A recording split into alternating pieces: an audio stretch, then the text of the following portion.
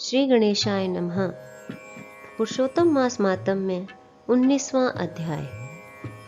नारायण ने कहा, हे नारद, भक्त वत्सल भगवान अपनी वाणी से सुदेव ब्राह्मण को प्रसन्न करते हुए बोले, हे द्विजराज, जिससे मैं प्रसन्न हुआ, क्या यह तुम नहीं जानते?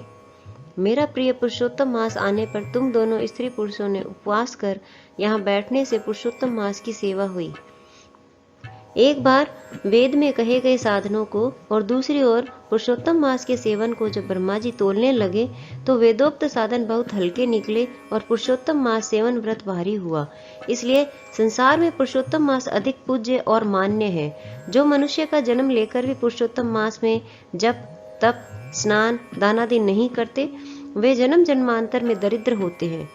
अतः सब प्रकार के यत्न करके मेरे प्रिय पुरुषोत्तम मास का सेवन करना चाहिए।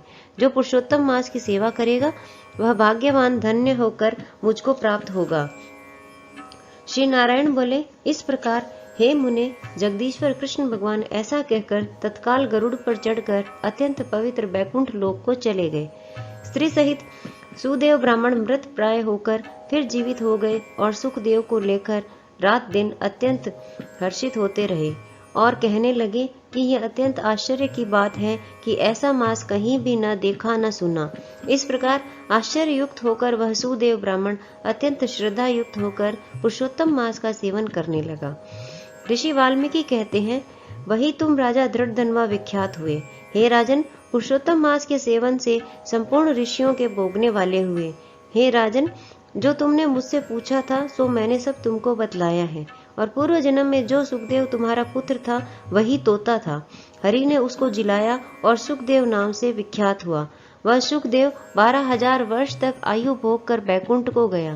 वही सुखदेव वन के सरोवर में बड़ के वृक्ष पर बैठकर संसार सागर में डूबे हुए विषय रूपी सर्प से तुम जो अपने पूर्व जन्म के पिता को देखकर कृपा से युक्त हो चिंतन करने लगा कि यदि मैं इस राजा को बोध नहीं कराऊंगा तो मेरा भी अपराध हो जाएगा। इस प्रकार मेरा इन श्रुति के वचनों को मानना वृथा हो जाएगा।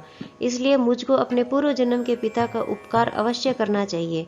ऐसा सोचकर ही उस तोते ने तुमको ज्ञान दिया।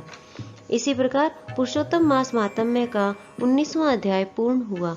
ओम नमो भगवते वासुदेवाय नमः।